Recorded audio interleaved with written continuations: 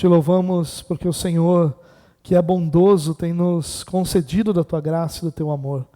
Te louvamos pelo privilégio de estarmos reunidos e pedimos que o Senhor, nesse momento, fale conosco. Que o Senhor, usando a tua própria palavra, a tua própria voz, fale ao nosso coração, nos instrua, nos direcione, nos ajude a compreender a tua vontade, o teu querer. Nos edifique para que nós possamos servir ao Senhor de uma maneira melhor, de uma maneira mais santa, de uma maneira onde o Senhor seja glorificado, onde o Senhor seja exaltado. Nos abençoe, Pai. Fale conosco. É a nossa oração em nome de Jesus, Deus. Amém.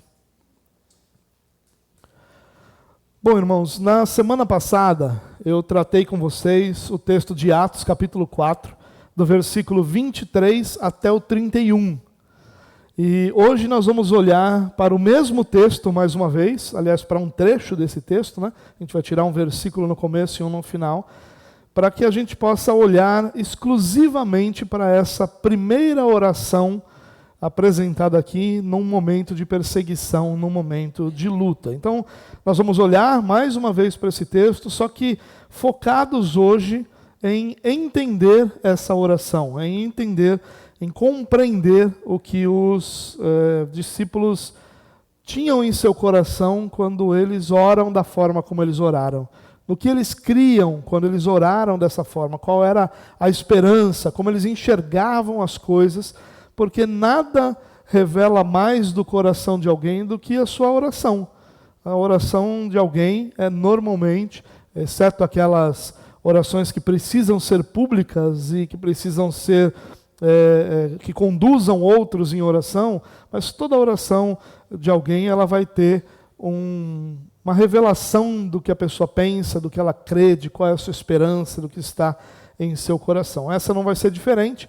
O que essa oração tem de diferente é o fato de ser a primeira oração proferida pelos discípulos, proferida pela igreja, num momento de perseguição, num momento de luta, num momento de tribulação. Não foi a única, foram milhares delas proferidas, milhões proferidas ao longo da história. Não foi a última perseguição também, outras dezenas, talvez centenas de perseguições existiram ao longo da história. Mas, como eu falei na semana passada, a primeira vez tem grande impacto, nos mostra muito sobre o fundamento daquilo que está acontecendo. Então eu queria convidar você a ler comigo Atos capítulo 4, do versículo 24 ao versículo 30. Se você quiser acompanhar na mesma versão que eu estou usando, que é a NVI, tem nas telas para você. Se você preferir usar a sua versão ou o seu aplicativo aí também, fique à vontade. O texto diz assim, ó: ouvindo isso,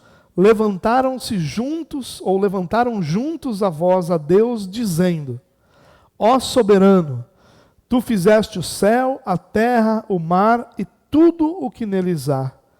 Tu falaste pelo Espírito Santo por boca do teu servo, nosso pai Davi.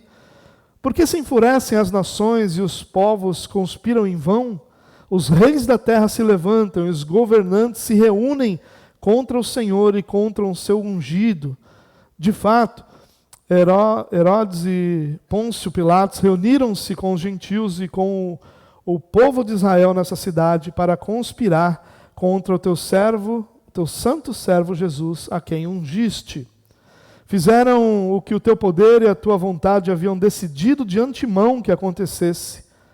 Agora, Senhor, considera as ameaças deles e capacita os teus servos para anunciarem a tua palavra corajosamente.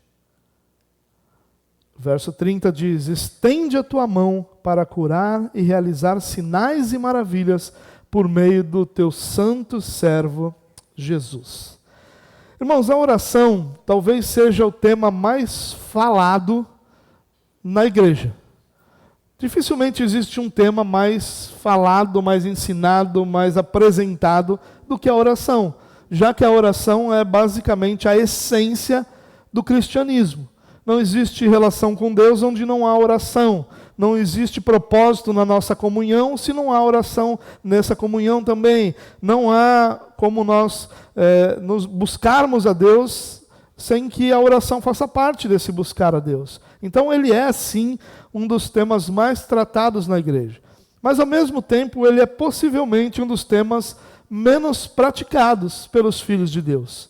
A nossa geração, principalmente, tem deixado a oração de lado, porque a nossa geração ela é cool, ela é uma geração descolada, ela é uma geração diferente, e por ser essa geração toda diferente, toda especial, ela, infelizmente, tem acreditado que a oração é algo antiquado, algo religioso, algo que não cabe na vida de alguém que é despojado, que é moderno, que é descolado.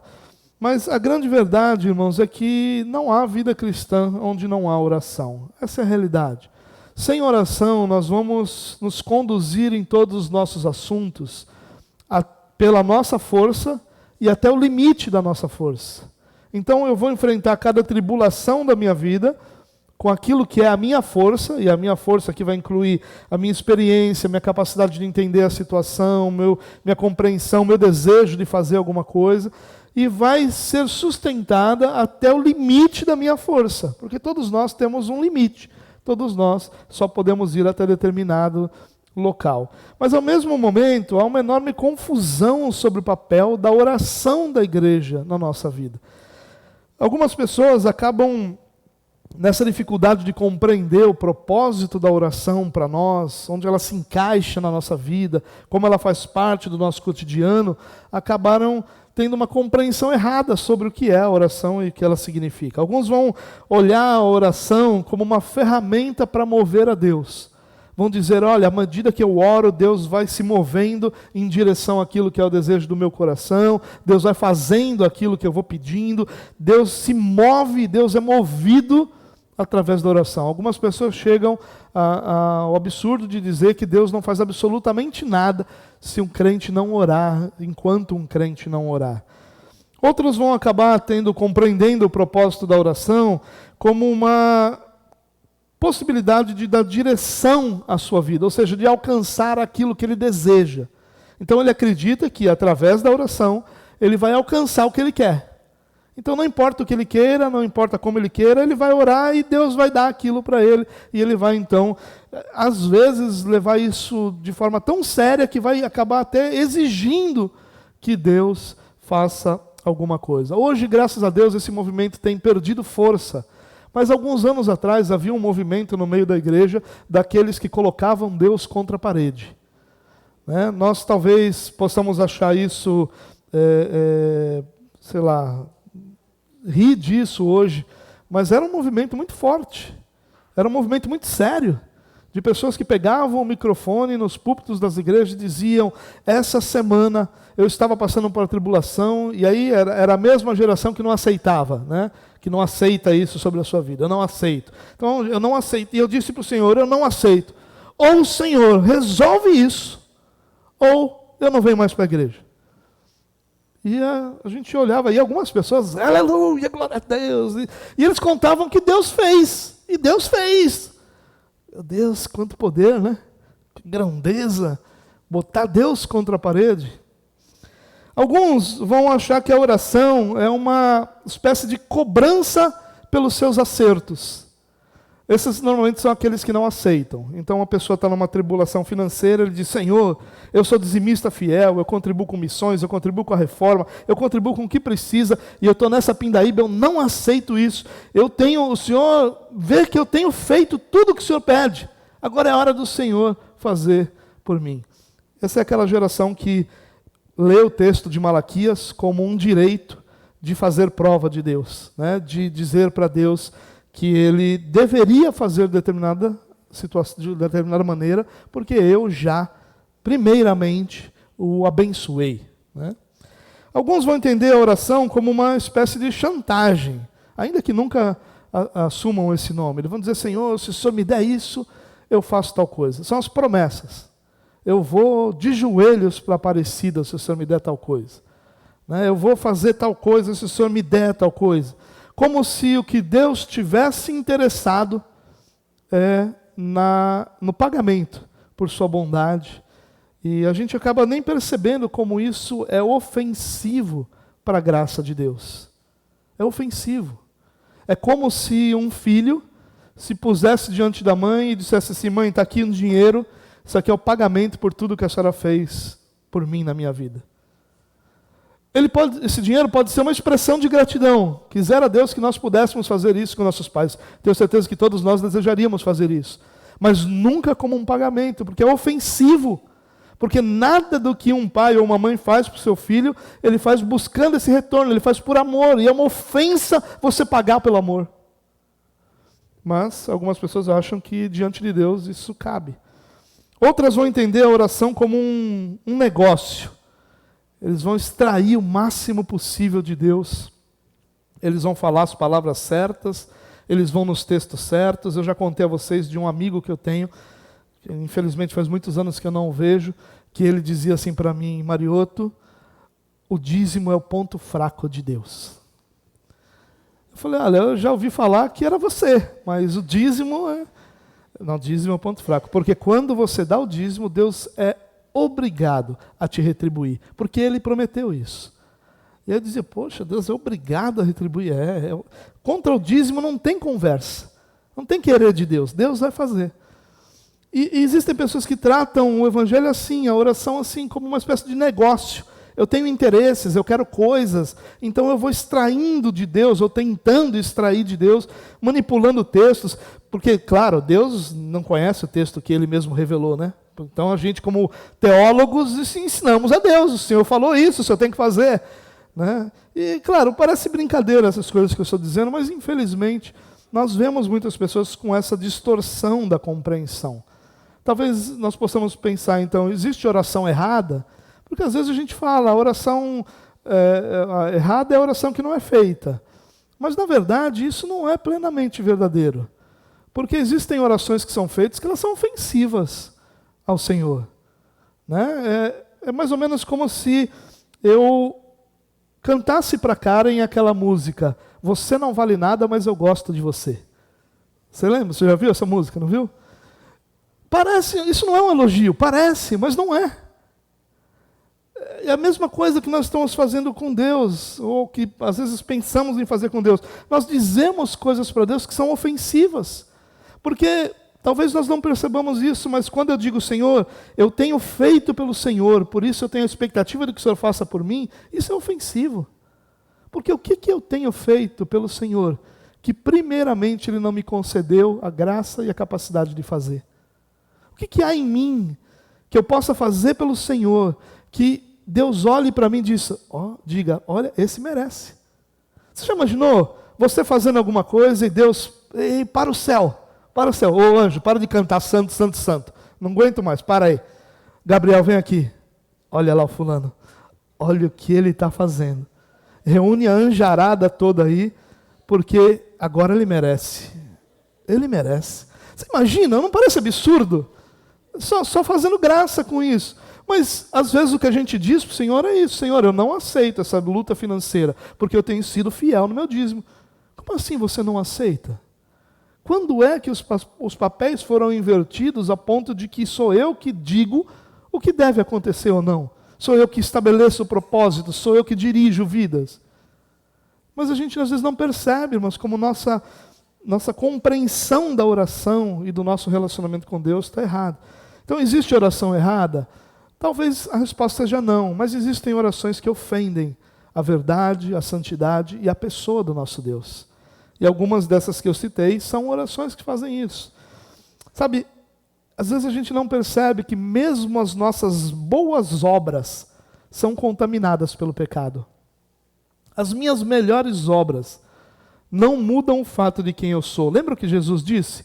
Porque vocês, sendo maus, sabem dar boas coisas aos seus filhos. Então, Jesus está falando de boas obras, os pais que dão boas coisas aos seus filhos. Mas Ele não diz que nós fazemos isso por nossos filhos porque nós somos bons. Nós somos capazes dessas boas obras mesmo sendo maus.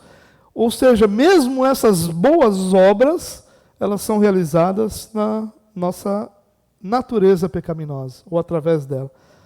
Até as nossas orações podem ser pecaminosas, irmãos. A minha oração pode ser um pecado. Olha que parece uma impossibilidade teológica, mas não é. Pode ser que a minha oração esteja ofendendo a santidade do meu Deus. esteja ofendendo a verdade do meu Deus. Nós podemos orar ao Deus soberano, em nome de Jesus, e ao mesmo tempo fazemos isso cheios de arrogância, iludidos por nossas obras, confusos com relação à graça que nos permite chamá-lo de Pai. Nós não podemos esquecer, irmãos, que quando Jesus nos ensina a oração do Pai Nosso, ele começa dizendo assim: Pai nosso que estás nos céus. E aí ele começa a pedir, santificado seja o teu nome, mas ele começa com aquilo ali. E ele está dizendo, ele começa com o Pai. E aquilo é glorioso, porque acho que a gente nunca vai conseguir compreender a grandeza e a beleza do privilégio que é chamar Deus de Pai. Chamar aquele que criou todas as coisas, que poderia, com uma palavra, destruir tudo, absolutamente tudo, nos condenar definitivamente. A palavra que ele lança não é essa de condenação, mas é um chamado para que nós nos tornemos seus filhos. E isso é grandioso, mas às vezes isso nos ilude.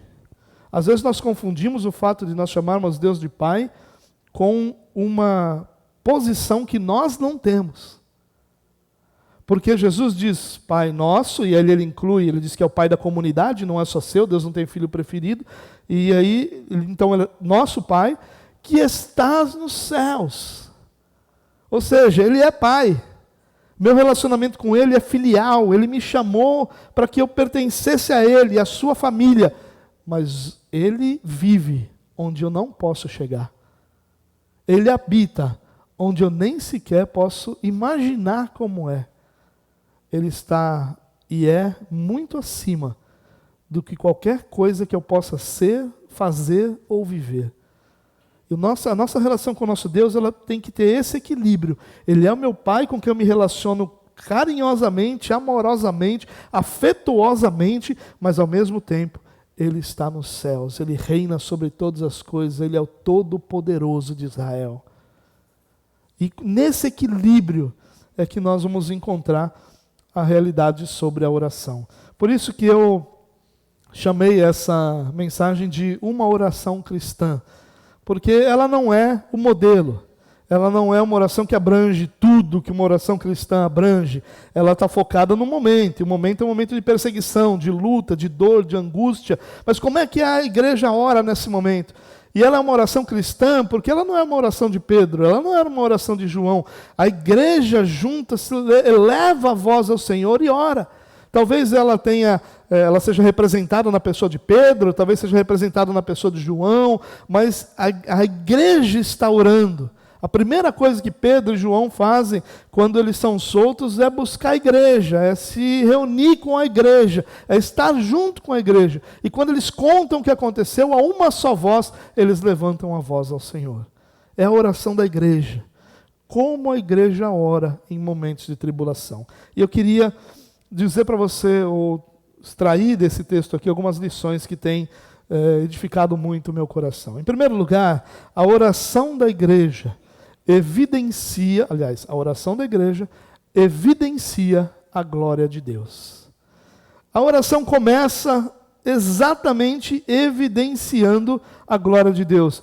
Ó soberano, tu fizeste os céus, a terra, o mar e tudo que neles há. Tu falaste pelo Espírito Santo, pela boca de Davi. O Senhor que fez tudo, é o Senhor que é dono de tudo, tudo vem do Senhor. A oração da igreja, ela evidencia a glória de Deus, evidencia a grandeza de Deus, ela evidencia o poder de Deus. Irmãos, nós sofremos todos os dias de uma tentação gigantesca, que é assimilar o tema da glória de Deus apenas intelectualmente. Apenas falar sobre a glória de Deus, sem que isso pese em nosso coração, sem que isso mexa com o nosso coração, sem que isso faça o nosso coração ferver. Quando nós olhamos para um bonito pôr do sol, nem sempre nós nos voltamos e dizemos a grandeza de quem fez tudo isso. Nós achamos bonito, e é lindo. Nós fazemos fotos, e é muito bom a gente conseguir registrar isso. Mas será que quando nós olhamos para essas questões, essas coisas que Deus fez, será que isso ferve o nosso coração? Será que a nossa oração começa assim? Senhor, eu sei quem Tu és, eu sei a quem eu estou orando, eu não estou pedindo para o meu colega do lado, eu não estou pedindo para o meu marido, eu não estou conversando com o meu irmão, eu estou falando com aquele que fez todas as coisas, que é soberano sobre tudo, que tem todas as coisas sustentadas pela Sua forte e potente mão. Às vezes a gente assimila isso só intelectualmente, mas a gente não consegue viver de acordo com isso no nosso cotidiano. A glória de Deus é um assunto muito bonito, nós vivemos para a glória de Deus. Intelectualmente isso é fabuloso.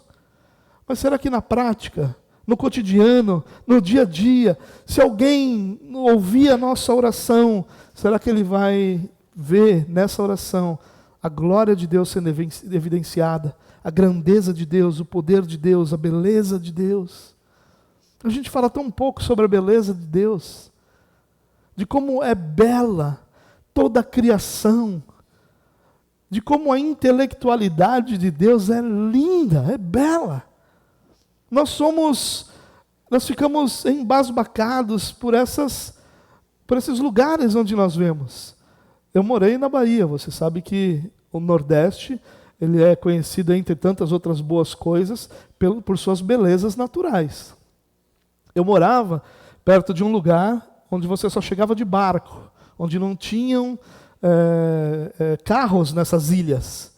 E às vezes eu ia para essas ilhas e aquilo era de uma beleza que a gente mal consegue contar, que as fotos não conseguem representar em toda a sua grandeza.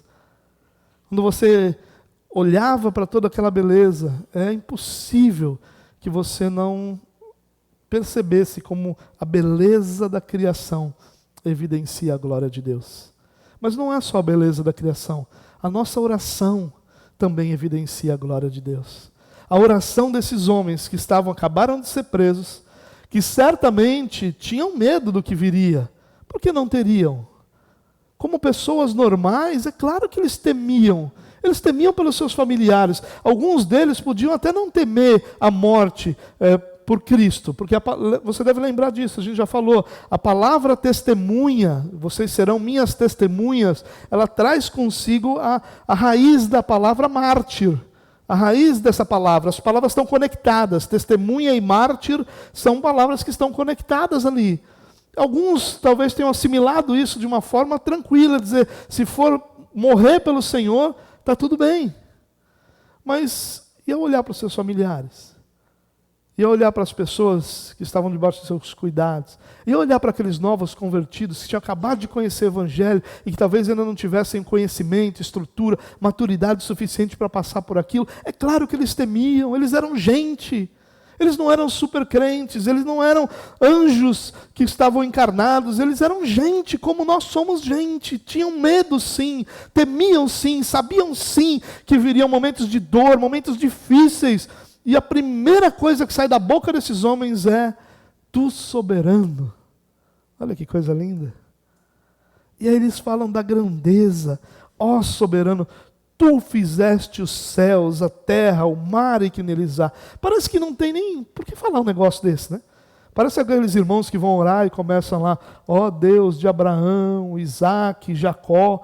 A minha mente na hora pensa: rapaz, até chegar em mim esse negócio vai demorar. Perdão. Parece isso, esses irmãos, mas na verdade, o que eles estão fazendo aqui é dizer o seguinte: o Senhor fez tudo o que há. Não há nada difícil, não há nada grande, não há nada pesado demais para o Senhor. Não há nada que o Senhor não tenha feito. Tu, soberano, fez os céus. Olha que coisa beleza, que bonito. Tu fez tudo o que há. O que é o problema que nós estamos passando diante da obra que o Senhor realizou na criação? É isso que eles estão dizendo. Eles não estão diminuindo, porque eles sabem o que eles estavam vivendo. Eles sabem a dor que viria, eles sabem a luta que estava diante deles. Mas eles sabiam que Deus já tinha feito coisas muito maiores.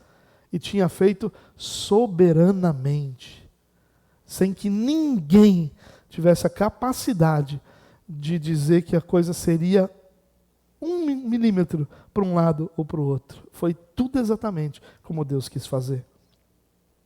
A oração da igreja, irmãos, ela também é uma demonstração de dependência. Perceba que em momento nenhum a confiança desses homens está neles mesmos. Eles não confiam em si mesmos.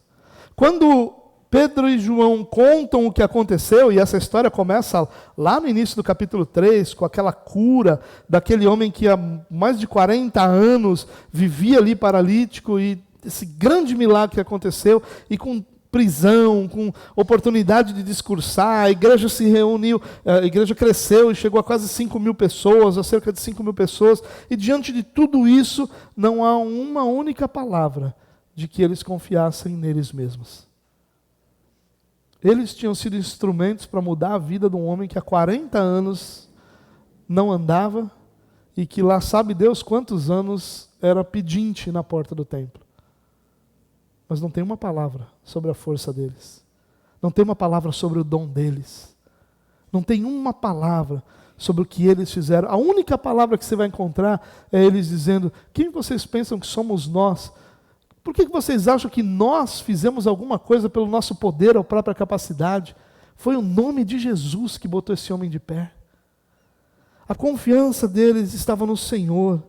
Eles não buscam apoio em sabedoria, nem em conselhos humanos, ainda que eles sejam bons, ainda que eles façam parte da nossa vida, mas na hora da tribulação ali, eles sabiam que eles tinham que se voltar para o Senhor. As palavras desses homens demonstram dependência, demonstram que eles dependiam do Senhor, e eles não tinham outra esperança, eles não tinham nenhuma outra certeza, senão a de que Deus cuidaria deles, ou eles estavam perdidos. A gente precisa lembrar disso, irmãos. Só o fato de eu me voltar em oração, e talvez essa seja uma razão do porquê a nossa geração ora tão pouco, porque a nossa geração não gosta de depender de ninguém.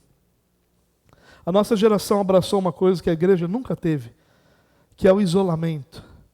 A nossa geração abraçou uma coisa que a igreja nunca experimentou, que é a individualidade. A igreja sempre foi uma. As pessoas sempre participaram da vida umas das outras. As pessoas sempre estiveram juntas em suas lutas e juntas em suas vitórias. A igreja sempre foi como um grande corpo, onde as pessoas se apoiavam nas suas batalhas e nas suas dificuldades. Mas nós temos sido enganados e diluídos por essa individualidade, por esse individualismo que existe na nossa geração. Mas eles, diferente de tudo isso, eles não confiam em absolutamente nada, senão no próprio Senhor. E ainda que eles estivessem juntos, e tivessem tudo em comum, e participassem uns das vidas dos outros, não é nessas realidades que estava a esperança deles. A esperança deles estava no Senhor. E talvez por isso a gente ore tão pouco, porque a gente não gosta de depender de ninguém. A gente não gosta de depender de nada, a gente não gosta nem sequer de pedir um favor para as outras pessoas. E a gente acha isso, às vezes, como uma coisa boa. E não é. Porque quando nós fazemos isso entre nós fazemos isso com Deus também. E como eu disse, talvez seja uma das razões porque nós oramos tão pouco, porque nós não gostamos de depender. E o simples fato de eu me voltar e dizer: Senhor, eu preciso de Ti, eu estou dizendo: Senhor, eu dependo de Ti. Se o Senhor não fizer, eu não tenho como fazer. Só no Senhor há descanso para o meu coração. A oração da igreja também é o reconhecimento da soberania de Deus. E esse tema é aquele tema que sai fumaça da cabeça das pessoas. Por um lado, alguns vão crer que a gente deve orar porque Deus só age a partir das minhas orações. Algumas pessoas vão dizer: você deve orar porque Deus está parado, esperando, aguardando a sua oração para que Ele haja. Isso é incorreto. Mas algumas pessoas também dizem: a gente não precisa orar. Deus sabe de tudo. Deus já definiu tudo. Deus já realizou ou estabeleceu propósitos para todas as coisas. Para que eu vou orar? O que tiver que ser, será. Essas duas realidades, esses dois lados aqui, estão completamente incorretos, ainda que parcialmente corretos. Ainda que eu precise orar, e ainda que Deus sim já estabeleceu os seus propósitos. Mas mesmo dentro disso, elas estão totalmente erradas. Porque se guiar por qualquer uma dessas ideias, estará errado. Deus, em sua soberania, eu já falei isso algumas vezes aqui, irmãos, mas talvez seja uma das maneiras mais simples de nós entendermos a questão da oração. Deus, em sua soberania, decidiu governar todas as coisas, levando em conta a oração dos seus filhos. Ele não precisa levar. Ele não é obrigado a levar. Ele não depende das orações dos seus filhos. Mas ele decidiu que no seu soberano governo, ele mesmo incluiria as orações dos seus filhos. Ou seja, Deus ouve e Deus atende aqueles que se voltam a ele. Mas em momento algum ele é dirigido ou manipulado por essas orações. Ele não se sente, ele não é, nunca será obrigado a respondê-las da maneira como nós imaginamos. Mas ainda assim ele leva em conta as orações dos seus filhos. Irmãos, quando nós oramos, nós precisamos reconhecer a soberania de Deus. É Ele quem governa. É Ele quem governa. E se nós reconhecermos isso, muitas vezes nós vamos orar com um monte de situações, e nós vamos perceber no meio dessa oração que no controle de Deus todas essas coisas cooperam para o bem daqueles que amam a Deus. Essa é uma verdade profunda das Escrituras. Todas as coisas cooperam juntamente para o bem daqueles que amam a Deus. Todas. Todas. Por mais estranho que pareça, até a maldade do ser humano coopera para o bem daqueles que amam a Deus. O pecado que às vezes é cometido através de nós e contra nós, tudo coopera para o bem daqueles que amam a Deus. A oração da igreja é um reconhecimento da soberania de Deus. Senhor, é porque o Senhor é soberano que eu estou orando, porque senão não teria razão. Porque, já imaginou, irmãos, se Deus dependesse da oração? Aí nós íamos, nós dois, ficarmos numa disputa.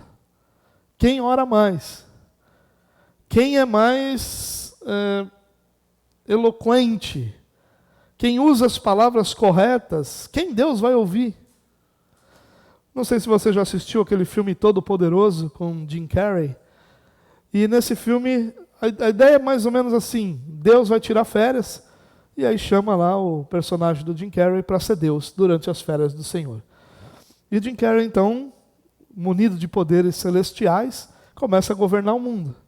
E aí, quando as pessoas começam a fazer as orações, ele quase fica louco, porque está um monte de vozes no seu ouvido ali, as orações. E aí, então, como Deus, ele diz: bom, agora eu não vou ouvir oração de ninguém, vão todas para o e-mail. Plum, e aí todas começam a ir. E ele abre, então, lá a sua caixa de entrada no seu aplicativo de e-mails, lá, talvez cell.com, alguma coisa do tipo, né? Deus@cell.com, deve ser alguma coisa assim. E aí ele começa a ler, ele diz: isso aqui dá muito trabalho, responde sim para todas as orações. Né? E aí o mundo vira um caos por causa desse sim. Como seria se o que nós oramos movesse Deus? As pessoas que dizem isso, elas não têm a menor ideia da implicação disso. Porque uma das implicações seria que Deus nos permitiria, ou nos daria coisas que nos destruíssem, que nos afastassem dele, porque às vezes é isso que nós estamos pedindo. Outra coisa, outra implicação é que se Deus ouvisse as nossas orações do jeito que nós as fazemos, talvez Deus usaria o nosso sentimento acima de qualquer razão, porque às vezes, quando a gente vai orar, a gente pode não reconhecer, mas que a gente pede para Deus levar algumas pessoas rapidinho, a gente pede. Tem oração que a gente vai fazer de: Senhor, salva e leva. Resolvido o problema. Está salvo e na glória. Ninguém precisa dessa pessoa aqui. Ninguém precisa. Se é tão bom, leva para o Senhor. Você não orou assim? Talvez você seja muito santo, dizer: eu não, vou orar uma coisa dessa. Se você não orou, vontade você teve. Né? O Espírito Santo te ajudou a não orar, não pecar na oração, né? Você já imaginou se Deus falasse sim para todas as nossas orações? Seria um caos pior do que aquele. Porque aquele caos lá foi todo um monte de gente ganhando na loteria ao mesmo tempo, um monte de gente tendo todas as coisas ao mesmo tempo. Mas para nós seria pior, porque as nossas orações não são só sobre coisas. Nossas orações são sobre a vida. E às vezes nós pediríamos coisas que nos destruiriam. Isso seria terrível. Sem reconhecer a soberania, a nossa oração nunca terá palavras, ou as palavras da verdade das Escrituras nela. Nunca conterá a verdade. Será sempre uma oração à medida do nosso coração, à medida das nossas emoções. É na soberania de Deus que a nossa oração faz sentido. Senhor, eu estou te pedindo isso, mas eu sei que o Senhor sabe melhor. É isso que eu quero, mas talvez eu não queira amanhã, o Senhor sabe. Porque você já tem coisa que você quis hoje e não quis amanhã, não teve? Né? Sabe qual é a prova disso? Chama um lugar na nossa casa que é um lugar onde a gente vê os nossos arrependimentos. Chama guarda-roupa. Você abre e diz, onde eu estava com a cabeça quando eu comprei essa camisa? Que coisa horrorosa. Eu tenho uma camisa lá que eu acho que ela não serve no Samuel.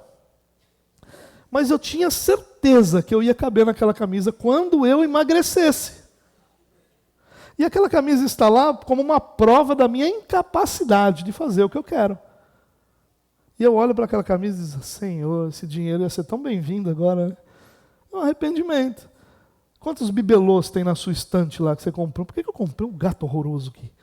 Um elefante com a bunda para a porta. Né? Para que esse negócio aqui, né? Talvez você goste, não estou falando que está errado. Estou falando que algumas pessoas compram essas coisas e se arrependem. Imaginou? Talvez, já parou para pensar que é possível, irmãos, que você esteja orando por coisas hoje que amanhã não farão nenhum sentido na sua vida? Nenhum. Você já parou para pensar que você orou por coisas que você talvez olhe hoje e diz, meu Deus, eu tinha coisas tão mais importantes em minha vida e eu gastei meu tempo orando por isso. Assim é a vida, irmãos.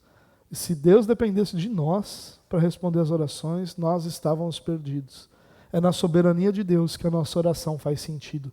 Porque na soberania de Deus nós podemos dizer, Senhor, o que eu penso, o que eu sinto, o que eu entendo hoje é isso, mas o Senhor sabe melhor.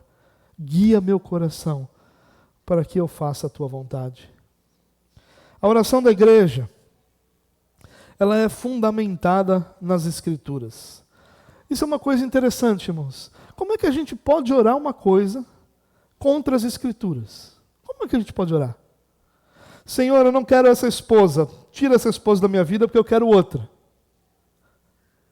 Será que alguém tem a menor ideia de que Deus vai atender essa oração? E vai que acontece alguma coisa com a esposa. Será que esse camarada vai contar testemunho? Eu estava casado com aquela, não gostava muito, eu orei, o Senhor levou. Agora eu estou aqui com a novinha. Prazer, velho da lancha. Já parou para pensar nisso? Como é que pode a nossa oração não ser fundamentada nas Escrituras? Como é que eu posso orar para ser maior que outros se as Escrituras dizem que eu tenho que me comportar como menor? Como é que eu posso orar para que Deus faça mal para alguém quando as Escrituras dizem que o que Deus quer é restaurar, transformar vidas? Como é que eu posso orar por coisas que Deus nunca aprovou e achar que isso está normal? Outra coisa, irmãos, como é que eu posso orar dependendo só do meu coração? Meu coração é enganoso. Aquilo que eu estou sentindo não necessariamente reflete a verdade dos fatos da vida. Não reflete. Eu imagino que reflita, mas normalmente não reflete. As nossas emoções nos enganam. Elas estão ali no turbilhão da vida. Quando faltam as coisas, quando as coisas não andam como nós queremos, quando as frustrações estão juntos, quando os erros é um balaio de tranqueira a nossa vida, que tirar qualquer coisa dali, imaginar que aquilo seja coisa boa, é uma ilusão. Só em Deus a gente encontra essas coisas boas. E aí a gente acha que orar no meio de tudo isso reflete uma oração boa. E aí às vezes, por isso que pessoas dizem assim no momento das suas crises: eu não estou conseguindo nem orar. Claro, você depende do seu coração para orar, não consegue orar na crise. Só ora na crise quem aprendeu a orar a palavra. Quem não aprendeu a orar a palavra, na crise não tem o que dizer, porque o coração não consegue sequer organizar a ideia para falar. Aí o cara diz: hoje eu fui orar, tudo que eu consegui fazer foi chorar diante de Deus. Por quê? Por causa da dor? É claro que a dor causa choro. Mas será que não tinha uma palavra sobre o que você está vivendo que você pudesse ter orado essa manhã? Será que não tinha uma palavra de Deus, uma promessa de Deus sobre a qual você poderia se sustentar? Uma das coisas mais belas que Martinho Lutero escreveu, Martinho Lutero era um cara meio bruto, raiz, crente raiz. Ele chamava pessoas de anta, né? Pastores de vagabundos, preguiçosos. O cara pegava um pastor que não gostava de estudar, esse preguiçoso, filho do cão. É assim, a maneira de Lutero qualificar não era das mais...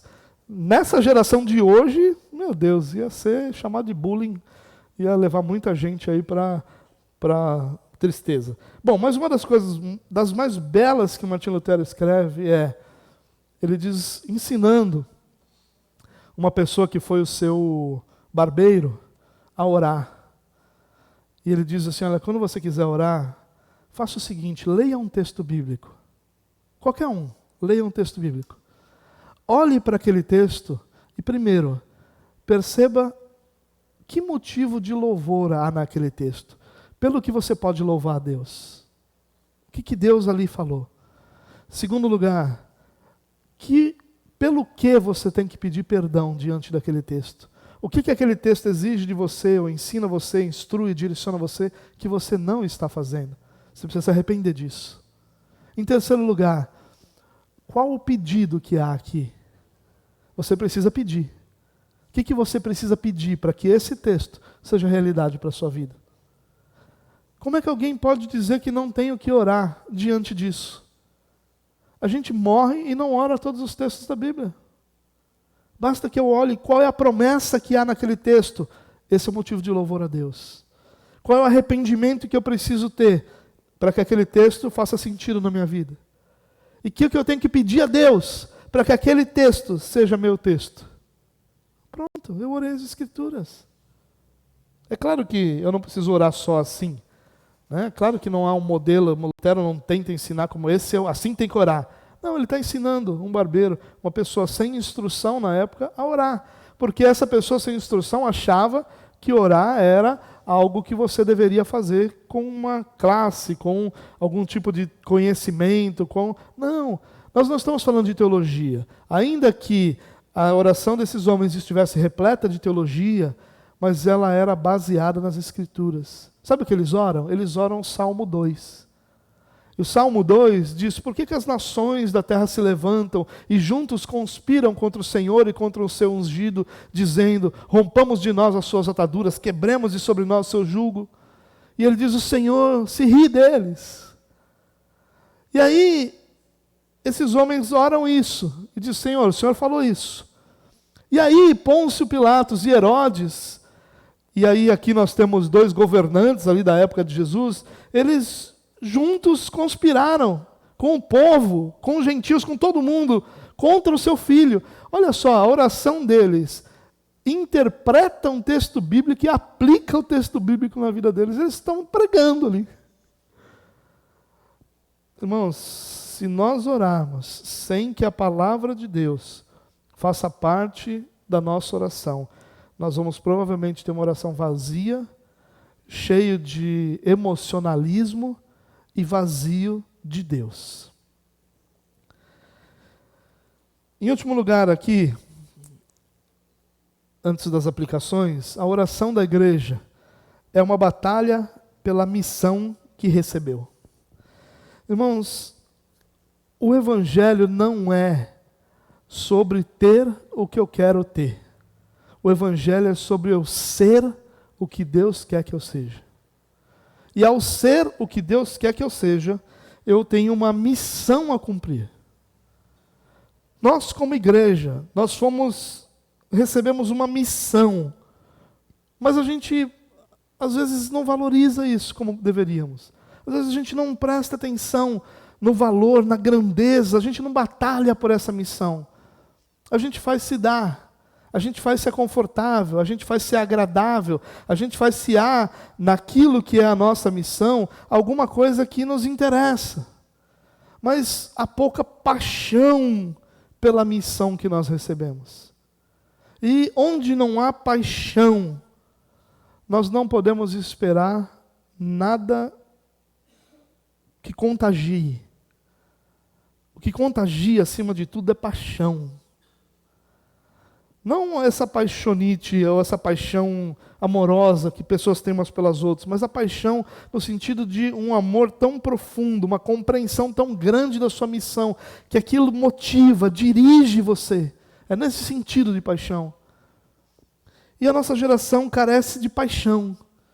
A nossa geração é a geração que tem mais livros da história. A nossa geração é a geração que tem mais pregadores em toda a sua história. As gerações que vieram antes de nós, eles tinham no máximo 1, 2, 3 pregadores que eles conheciam. Nós conhecemos centenas. Nós temos acesso a centenas. Se você fala um outro idioma, esse número aumenta ainda mais. Se você fala 3, 4 idiomas, esse número é quase sem fim. Hoje, se você digitar no Google qualquer versículo bíblico, tem dezenas de pregações e devocionais sobre ele. Nós somos a geração mais informada da história. Nós somos a geração mais intelectualizada de toda a história. Nós somos a geração com a teologia mais organizada em toda a história. Daqui a 100 anos, o que a nossa geração pode contribuir para que a teologia seja melhor do que é hoje? Praticamente nada. Nós talvez não temos hoje, olhando para trás, a teologia mais organizada que a igreja já teve. Dezenas, centenas, milhares de homens ao longo da história se debruçaram sobre textos bíblicos e nos trouxeram sua compreensão. E nós, com a compreensão de dezenas e dezenas e centenas de homens, nós podemos compreender as Escrituras como nenhuma outra geração pôde. Mas nós somos a geração mais sem paixão que a igreja já teve. Nós somos a geração que não está disposta a sacrifício nenhum. A sacrifício nenhum. Nós somos a geração que não se gasta pelo Evangelho, que não gasta o que tem pelo Evangelho, que não troca os seus sonhos pelos propósitos de Deus. Nós somos a geração mais egoísta como igreja da história. Por isso que qualquer história do passado, nós falamos sobre os moravianos, eu não sei você, mas eu me sinto mal. Eu olho para aquilo ali e falo assim, nem crente eu sou. Quando eu olho para uma história dessa. Você conhece a história dos moravianos? Eles se entregaram como escravos para poder pregar o evangelho entre escravos, que não tinha acesso àquele povo. Eles são escravos. Quem vai pregar o evangelho não tem. Então nós nos entregamos como escravos. E vamos viver como escravos para poder pregar o evangelho para os outros escravos. Ok, meu Deus, a gente não consegue dar o dízimo. Aí fica falando de entregar a vida para Jesus. Para pensar, meu irmão. Olha que dureza que é a nossa vida. John Knox, certa vez orou assim, Senhor, dá-me a Escócia ou eu morro. George Whitefield, talvez um dos calvinistas que tem a maior expressão quando o assunto é evangelismo, disse, Senhor, se não queres dar-me almas, retira-me a minha. Henry Martin, ajoelhado numa praia na Índia, onde ele serviu como missionário, dizia, aqui eu quero ser inteiramente gasto por Deus. Outro missionário na Índia, John Hyde, suplicava, ó Deus, dá-me almas ou eu morrerei. E aí, quando eu leio esses textos, eu me pergunto, quando foi a última vez que eu orei por salvação, ou pela salvação de alguém? Ou será que o meu coração está tão acomodado de dizer, Deus tem os seus eleitos, e Ele vai trazer os seus eleitos para si, não importa o quê. E por isso, a minha missão deixou de ser apresentar e proclamar o Evangelho, para ser simplesmente olhar para a igreja e entender a igreja como algo que Deus faz, sem que isso tenha nada a ver comigo. Irmãos, a oração dessa igreja, eles não pedem para que Deus cesse a perseguição. Eles não pedem para que eles sejam livres da perseguição. Eles pedem, Senhor, nos capacita para que a gente cumpra a missão que a gente recebeu. Porque não tem nada mais importante na nossa vida do que cumprir a missão que a gente recebeu. Essa é a oração dessa igreja. Senhor, a missão que o Senhor me deu é mais importante do que qualquer outra coisa. Não há nada mais importante. Olha no verso 29, agora, Senhor, considera as ameaças deles e livra-nos. Não é assim a oração. É considera as ameaças deles, ou seja, olha o que eles estão fazendo e nos capacita os teus servos para anunciarem a tua palavra com intrepidez, ou corajosamente na versão NVI. Nos capacita, Senhor. A oração da igreja é uma batalha pela missão que recebeu, para que a gente não perca de foco a coisa mais importante para nós como igreja, e não tem outra coisa tão importante quanto a missão que nós recebemos. Eu quero terminar, irmãos, com 3 aplicações bem rápidas para que a gente possa olhar para tudo isso que a gente conversou essa noite e colocar em prática isso na nossa vida, ou pelo menos transformar isso num desafio para nós. Primeira aplicação. Aliás, deixa eu ler o verso 31 antes, que estava fora aí do texto. Depois de orarem, tremeu o lugar que estavam reunidos, todos ficaram cheios do Espírito Santo e anunciavam corajosamente a palavra de Deus. Deus fez o lugar tremer, os encheu do Espírito para que eles anunciassem a palavra. Você vê que nem isso a igreja quer hoje. A igreja quer ser cheia do Espírito Santo, sabe para quê? Para pular. Enche-nos, Deus. Para quê? Para eu pular. Me enche, Senhor. Para quê? Para eu falar um monte de coisas que ninguém entende. Que aí eu vou para casa, olha, viu, fui cheio hoje. Eles queriam ser cheios, eles foram cheios. Eles buscaram ser cheios por uma única razão, para cumprir a missão que Deus deu a eles. 3 aplicações. Primeira aplicação, ore sempre. Eu sei que parece óbvio, é porque é óbvio, mas a primeira perseguição da igreja foi seguida de uma reunião de oração. Olha que interessante. A primeira reunião pública de oração da igreja, e da igreja aqui já proclamando, batizando pessoas, da igreja, vamos dizer assim, da igreja organizada, porque enquanto eram 120, eles oravam continuamente. Normalmente a igreja é assim, no começo dela ela ora, e depois ela acha que pode fazer pela sua própria força. Mas a primeira perseguição produziu o quê? Uma reunião de oração. Irmão, não confie em você mesmo, não confie na sua força, não confie na sua experiência, não confie no seu coração enganoso. Todas essas coisas têm o seu lugar, mas o lugar deles não é te afastar da oração. Confie naquele que criou todas as coisas e que sustenta todas as coisas pelo seu poder. Ore sempre. Se você não sabe o que fazer, ore. Se você sabe o que fazer, o que você sabe que tem que fazer é orar. Ore sempre. Ore por todas as coisas, em todas as circunstâncias, debaixo de todas as realidades, porque é em oração que nós encontramos a direção de Deus. Segunda aplicação. Peça para que seu coração mude para se conformar à vontade de Deus. Como eu disse no começo, às vezes nós vamos a Deus com a postura, com a atitude de trazer a solução, de trazer a direção, de trazer o que deve ser feito. E essa não é a postura da igreja. A postura da igreja é: Senhor, eu estou aqui, o que eu sinto, o que eu penso, o que eu entendo é isso. Mas o Senhor sabe mais, o Senhor sabe melhor. Muda meu coração para que a sua vontade seja a minha vontade. Mude o meu coração para que eu entenda o que o Senhor quer para que eu entenda o que o Senhor está fazendo, para que eu entenda o que eu preciso para a minha vida. Muda o meu coração, porque o meu coração deseja algo que não necessariamente é a sua vontade. Muda meu coração, para que ele se conforme à sua vontade. Não é conformado tipo, tá bom, Deus quer isso, né? Fazer o quê? Não, é se conformar no sentido de ter o mesmo formato. Essa é a ideia, de ter a mesma forma, de ter o mesmo molde, para que o seu coração entenda, viva e deseje as mesmas coisas que o coração de Deus deseja. Terceira aplicação, sim, uma coisa importante. Na oração, irmãos, nós não oramos para que Deus faça o que a gente quer, mas para que nós possamos querer o que Ele estabeleceu para nós.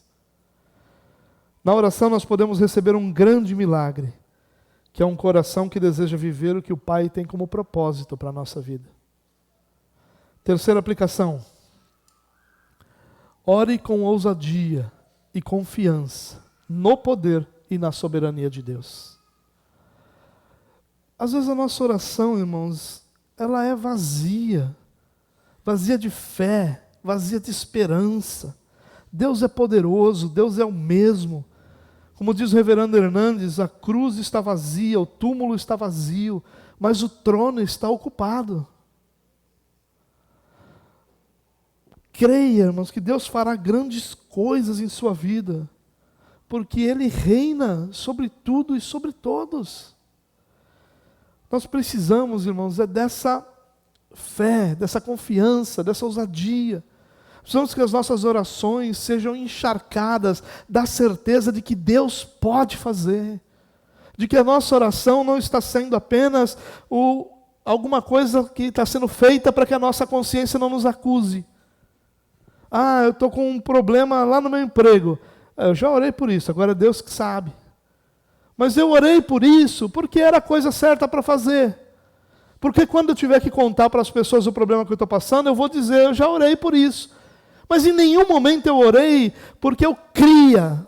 Num momento eu orei cheio de esperança, cheio de confiança, cheio de ousadia em dizer, Senhor, o Senhor pode o que eu não posso. O Senhor é capaz de fazer o que eu não tenho condição de fazer. O que eu chamo de milagre para o Senhor é nada, porque o Senhor fez coisas muito maiores do que qualquer milagre que eu possa precisar. A gente precisa disso, não precisa crer. Um monte de oração vazia, um monte de oração que parece aquela oração que Jesus fala lá no capítulo 6 de Mateus, uma oração que fala e não fala nada, que fica nas esquinas com as mãos levantadas e fala, e vai na casa da viúva e come tudo que a viúva tem, a oração não acaba nunca, mas não tem nenhuma fé, nenhuma confiança, nenhuma esperança. São como os ímpios que acham que por muito falar serão ouvidos. E fala, mas é vazio. É vazio de quê? Não é de bonitas palavras. Não é de tempo. É vazia de fé. Vazia de esperança. Vazia de ousadia. Vazia de pedir a Deus coisas que a gente sabe que Ele pode fazer. Irmãos, às vezes eu sinto saudade disso, como presbiteriano. Às vezes eu penso que a fé reformada me roubou isso. Eu já contei a história para vocês aqui, onde, aliás, eu podia contar tantas histórias, quantas vezes nós somos em montes, enchemos ônibus para ir em montes. Não estou advogando a favor disso, eu estou só dizendo que a gente pode fazer aquilo por duas razões. Por um misticismo de achar que Deus vai me ouvir porque eu estou no monte, ou pode ser que eu creio tanto que Deus ouve a minha oração que eu quero orar lá, sem ninguém me perturbar, sem ninguém do meu lado, só doando sangue com os borrachudos lá. Eu me lembrei, não podia deixar de lembrar, prometo que é a última história aí eu termino. De uma vez em que eu entrei num forró. E aí eu comprei uma Pepsi Twist, eu me lembro até hoje, tinha acabado de lançar. E eu lembro que eu falei, eu vou comprar essa porque não parece com cerveja nenhuma. Porque só faltava eu estar no forró e todo mundo achar que eu estava tomando cerveja ainda. E aí eu lembro que eu entrei no forró e peguei aquela garrafa de cerveja e comecei a andar no forró. Falei cerveja? Foi à vontade, irmãos, desculpa. Peguei aquela Eu peguei aquela lata de Pepsi. Eu peguei aquela lata, até salivou. Oh, Jesus, estava indo tão bem, me ajuda aqui. Eu peguei aquela lata de Pepsi e eu comecei a andar naquele forró dizendo: Senhor, dá esse lugar para a tua igreja. Dá esse lugar para a tua igreja, dá esse lugar para a tua igreja. E o povo começou a chegar naquele forró, e eu estou lá orando. E a minha oração começou, então, a hora que eu vi o povo, e eu quero com o povo junto. Eu quero o povo aqui dentro, eu quero o povo aqui dentro. E eu lembro que eu saí de lá, e aí o Edson chegou no forró. E ele pode contar melhor essa história. E aí ele chegou, e quando chegou, e como é que tá? E aí a pessoa disse para ele: hoje está bom, tem até pastor aí dentro. 3 dias depois, parece que esses 3 dias tem a ver com alguma ideia de numerologia, mas não tem não. 3 dias depois, a dona do forró ligou para uma irmã da nossa igreja e falou: pergunta para o seu pastor, vocês não querem ficar com aquele imóvel, não? A gente alugou um maior, só que eu não posso me desfazer dele, que eu tenho que pagar a multa. Se vocês quiserem, eu passo para vocês. E até hoje, esse imóvel é uma igreja. Até hoje. Mas foi porque eu orei? Não, foi porque Deus fez. É Deus quem faz. Mas o que eu estou querendo dizer aqui é que a nossa oração, mesmo sabendo que é Deus quem faz, ela tem que ser cheia da certeza de que Deus pode fazer. Sabe o que me incomodou naquele dia? Que havia uma tradição naquela igreja onde eu estava chegando para pastorear, que a gente levantava as mãos quando passava na porta. E aí um dia, logo que eu cheguei lá, eu estou andando por ali, aí o irmão vira, levanta a mão e continua andando. Eu falei: irmão, o que aconteceu aí? Ele falou: a gente está orando por esse lugar. E aquilo me incomodou, esse negócio de ficar levantando mão, parece doido, fica levantando mão, passa e levanta a mão. Vamos orar lá dentro. Deus poderia não ter feito, mas o ponto não é esse. O ponto é que eu não tenho o direito de orar uma oração vazia e insípida, sem fé. Porque nós estamos orando aquele que criou todas as coisas. Daniel capítulo 2, versículo 21 diz que Deus muda as épocas e as estações, destrona os reis e os estabelece. Ele governa sobre tudo. Pai, nós te louvamos por tua bondade, por tua graça. Te louvamos pelo privilégio que nós temos de poder nos voltar ao Senhor, orar ao Senhor, pedir ao Senhor que nos dê do teu poder, que manifeste o teu poder. Nós podemos orar ao Senhor, colocando diante de ti todas as nossas ansiedades, todas as nossas angústias, porque como Pedro bem nos lembrou, o Senhor tem cuidado de nós. Nós podemos nos voltar ao Senhor e colocar diante do Senhor todas as nossas impossibilidades, toda a nossa miséria, todos os nossos pecados, todas as nossas impossibilidades, porque tudo isso para o Senhor é como nada, porque ao Senhor basta uma única palavra e toda a terra se movimenta para te obedecer. Uma única palavra e nada permanece como era.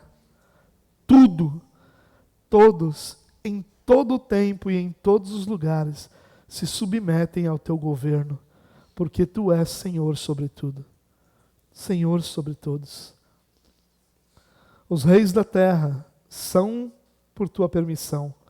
Os governantes da terra governam por tua autorização. Os ricos desse mundo estabelecem seu poder por tua liberalidade, porque uma palavra tua e toda a riqueza se esvai, todo o poder é arrancado, qualquer rei é destronado, porque ninguém é superior ao Senhor. Por isso, nós pedimos a Ti, Deus, nos dá a capacidade de orar sempre. Nos dá essa capacidade, Deus, de orar, de buscar ao Senhor. Nos dá essa compreensão de que nós precisamos de um coração transformado, um coração que queira o que o Senhor quer. Nos ajuda, Deus, a orar pedindo ao Senhor, com fé, com coragem, com intrepidez, que o Senhor nos capacite para sermos o que o Senhor quer, para viver o que o Senhor tem como propósito, para experimentar a grandeza do Teu poder e da Tua bondade, Deus. Nos abençoa, Pai. Em nome de Jesus, Deus. Amém.